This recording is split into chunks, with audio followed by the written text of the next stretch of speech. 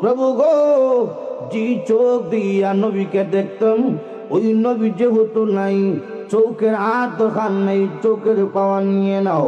আল্লাহ গো, যে কান দিয়া নবীজির কথা মরক শুনতাম ওই নবী যেহেতু নাই, আর নবীর কথাও শোনা লাগবে না, আমার কানের প্রয়োজন নাই, কানের শ্রবণ শক্তি নিয়ে নেন।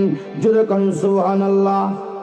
হযরত বিলাল রাদিয়াল্লাহু আনহু আল্লাহর হাবিব রাহমাতুল লিল আলামিনের ইন্তেকালের 3 দিন পরে মদিনার মাটিকে লক্ষ্য করে বললেন, রে মদিনার মাটি, তোমার বুকে আমি আর থাকবো না।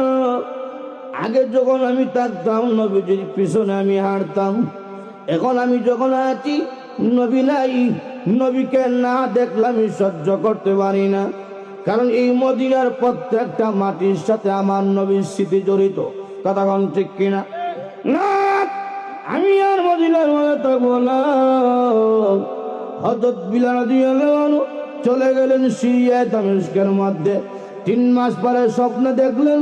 আল্লাহর হাবিব রাহমাতুল লিল আলামিন স্বপ্ন যুগে দেখাইয়া বললেন, ওরে বিলাল, আমি নবী কি অন্যায় করলাম, কি অপরাধ করলাম? ওরে বিলাল, তুমি কেন আমার মদিনা ছেড়ে চলে গেছো?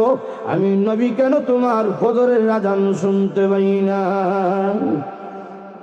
হযরত বিলাল রাদিয়াল্লাহু আনহু ঘুম থেকে উঠিয়া সুদূর মদিনার দিকে রওনা দিলেন।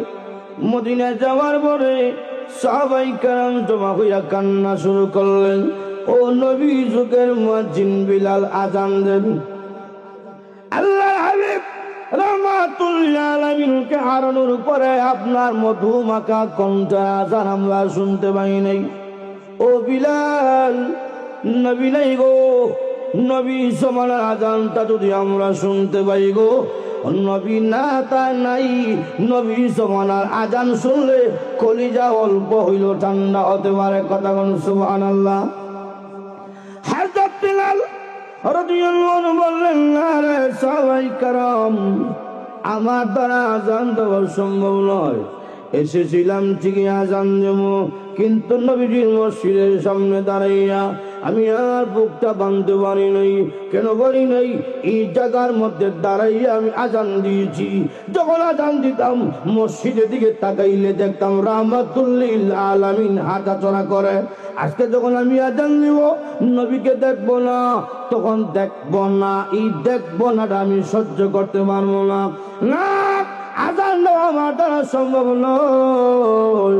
এমনি হাসান হুসাইন রাদিয়াল্লাহু আনহুমা দাঁড়াইয়া কান্না শুরু করলেন। ও নানার যুগের মুয়াজ্জিন বিলাল, আযান দেন। নানাজি মনে হয় আপনার আযান শুনলে নামাজ পড়াতে আসতে পারে। জান্নাতের প্রত্যেকটা গেইটে গেইটে নাম লেখা আছে লা ইলাহা